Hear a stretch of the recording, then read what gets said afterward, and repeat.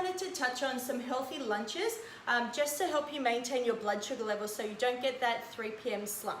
So the best tip that you can do to avoid that 3 p.m. slump, avoid reaching for coffee, sugar, lollies into the biscuit jar at work, is to have a good balanced lunch. If you have a lunch that's really high in either unprocessed foods or very high in starchy carbohydrates, you're going to go up with your blood sugar levels and crash straight back down, making you one, really hungry, really tired and reaching for more food that you might not necessarily need, or extra coffee, which you don't want to overdo your caffeine intake for the day. So today I'm going to show you guys 3 lunches. I'm going to use the same ingredients for all of them to make it really simple. So you can go to the shops, you can buy these exact ingredients from Coles or Woolworths, and then you can make 3 lunches in different kind of styles but with the exact same ingredients. These are going to have a good mixture of your carbohydrates, your fats and your proteins, and just a small amount of each. It's when we're having big amounts of these things that we come crashing down. So if you're having a balance of all of the necessary nutrients, that's when you're going to be able to maintain those blood sugar levels and not get that slump at the end of the day, which means you're not going to eat those extra sugary foods that you don't need. So here are the ingredients that I bought. Goat's cheese. We've got some herbs. Just when you're buying herbs, guys, make sure that you look on the back, make sure it hasn't got any added sugar. Some salt is okay, but just try to avoid any ones in sugar because obviously you don't need sugar in any dried herbs. We've got red onion, some sweet potatoes, some broccolini, which was on sale, woohoo, only $2. Wild rocket, and some good chicken breast. So free range is always best. We've got some nice salt and olive oil. So first off, guys, whenever you're cooking anything, always cook the thing that's going to take the longest first. So that's rice, sweet potato, any root vegetable of any kind is going to take longer than your chicken when it's nice and thin, and it's going to take longer than other green veggies as well. So always put them on first. So we're going to start with the sweet potato. We're going to chop it 3 ways. So we're going to do it diced, we're going to add it to a nice salad, we're going to make it into chips, and we're also going to leave a bit just to bake on its own so we can smash it up. So then we've got 3 different meals that we can make, and they're all going to have different textures. I'm just going to dice some of them. The smaller you chop, the faster they're going to cook. Then our next part, you can make into some sweet potato chips. And then this last one, I'm just going to cut in half, and we're going to leave it just like that to bake in the oven. So there's our 3 types. So I'll pop them on a tray. There we go. So I'm going to put, I've got nice Himalayan pink salt, right, and then some good extra virgin olive oil as well. That one doesn't need it because that's just going to get mashed, but for the chips, just makes them those little bit crisp. Just don't use any crappy vegetable oils. Olive oil is perfectly fine. So add my broccolini on the pan. Alright, awesome. Now that goes in the oven, and I'll show you what it's like when it comes out. So guys, the chicken first, we're just going to marinate it. It's best to do it in the packet, then we don't have to wipe down the chopping board or anything. Simply open your herbs and add some good olive oil. Extra salt for taste, and then you just mix it up. Okay guys, so our pan's nice and hot, ready to go. So I'm just going to grab the chicken, and it's all the same, so we're just going to chuck it on. You can hear it sizzling. You never want to put it on when it's cold, because otherwise you won't get a nice crisp layer around the outside that'll make it really tasty. So I just chose tenderloins, mainly because they cook nice and quickly. When I get chicken breast, I then have to slice it a bit thinner so it cooks nice and quick, and also stays juicy because we're all on a bit of a time schedule these days. So I get tenderloins, they're already nice and small. I can marinate them and whack them straight in the pan. So we're just going to leave those for about a couple of minutes, and we'll come back and turn them over. You can probably see how they're nice and crisp and brown. Yum, that's what you want. That's what's going to give it flavour.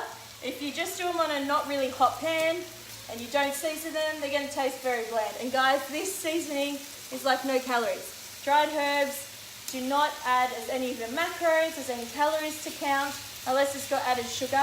It's beautiful for you, so add it to all your food. Alright guys, so that's chicken's done. So I just put it on the chopping board to rest while I wait for the sweet potato to finish. Cool, so that's the chicken. Also, while I'm waiting for the sweet potato to be finished, I'm just going to get the stuff ready for the salad.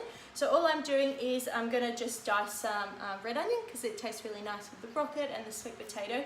I've also bought some goat's cheese, but you can use any cheese, feta, anything you like. And then I will chop that up and get that ready. So all we have to do is pop it into the containers when it's done and assemble everything up, which I'll show you as soon as everything's ready.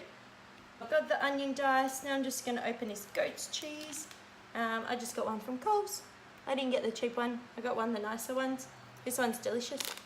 And it's really good for salad because it's soft, so It's a really hot day, so it's even extra soft. So I'll just grab some out. It's ready. So I've got my onion to assemble, my goat's cheese, our rocket. Open it up. This rocket's already been washed. I did it home from the shops before I popped in the fridge. So now all I need to literally do when I make my salad is grab a handful of rocket, put it in my container, add the onion, and then bits of the goat's cheese, like so. And that's it. Goat's cheese, onion, and rocket, and all we're waiting for is the sweet potato that's baking, the little diced ones to go on top, and we'll put balsamic vinegar and olive oil. And then what you've got in this dish is you've got your good fats from your olive oil and your goat's cheese. You get your protein from your chicken that we're going to put on top, and your carbs from your sweet potato. So that's really balanced and will keep your energy levels maintained throughout the whole day, so you're not getting any spikes or dips. So guys, we're about halfway through waiting for the sweet potato to be cooked. Yes, it does take a little bit of time, but you can chuck it in the oven and then go and put your washing on, or watch some TV, or do whatever else that you like to do at night time. So I'm just going to grab it out of the oven, and we're just going to turn them over, and we'll pop them back until they go crisp on the other side. So I also added some onion just so it can go a bit crispy, and I can add it with my mashed potato. So just try and flip them around a bit. See how they haven't stuck? So I got that little bit of olive oil on them as well. They just need a little bit longer, so I'll put them back in the oven. With the broccolini nearly ready, I might bake it a little bit longer so it's more crisp rather than soft, depending how you like it. I like it when the top goes a little bit crispy. Right, I'll pop them back in and we'll come back. Alright, so we'll do the salad first. All you have to do is chuck your rocket in your container. Then you've got your onion, your goat's cheese, and then your sweet potato pieces. A good drizzle of olive oil, and then just some glazed balsamic vinegar as well. Lunch one done. There you go, chicken salad. The next one we're going to do is chicken and sweet potato chips. So you've got your little chips, and then just adding some greens. So your broccoli's nice and crisp now. So it doesn't look as appetizing. It's not as bright green, but it still tastes really good. There you go, you got some greens, and the last one we'll do is chicken, and then we got this as our mash. So all you need to do is get a fork, mash it down, much faster than blending it or getting a masher out or anything like that, same deal. So yes, I leave the skin on, but it does have a lot of nutrients in the skin, so I like to leave it on, and it gives it a bit of texture as well. Then again, you can just add some greens in the corner to fill up the container, and then our onion's gone nice and crispy now, so then I just pop that on top. It's like a little barbecue. And there's our 3 lunches. So we've got one chicken salad with sweet potato and goat's cheese. Our next one is sweet potato wedges with some chicken. And our last lunch, some greens, sweet potato mash, and some chicken salad. So guys, you can see how easy it was to make 3 lunches, all with the same ingredients, and just make it into different styles. And that's how easy it is to make your lunch. If you do that on the Sunday, that's Monday, Tuesday, Wednesday already done for you. So guys, when you're doing your grocery shopping, you don't need to go overboard and buy a whole heap of ingredients to make every kind of different meal under the sun when you're meal prepping. You can just get a few basic ingredients. We had 1 salad ingredient, 1 green vegetable, 1 root vegetable, and 1 meat, and some good seasoning. Just make sure your seasoning does not have sugar. I can't stress how many of these seasonings actually have sugar out there, which is really unnecessary. They taste perfectly fine without them. And yes, you can use fresh herbs from your garden if you have any. So that's how simple it is to meal prep, guys. It didn't take long at all.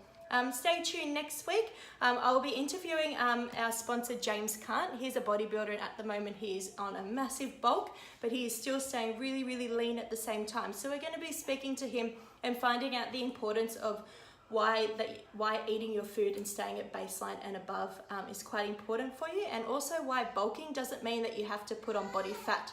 Yes, you may put on some body fat, but you don't necessarily have to be fat. You don't have to be eating a whole heap of crappy foods to get your calories in. We'll also be making him some food, some high calorie, high dense calorie food that he tries to get in, because I think he's on about 5,000 calories a day.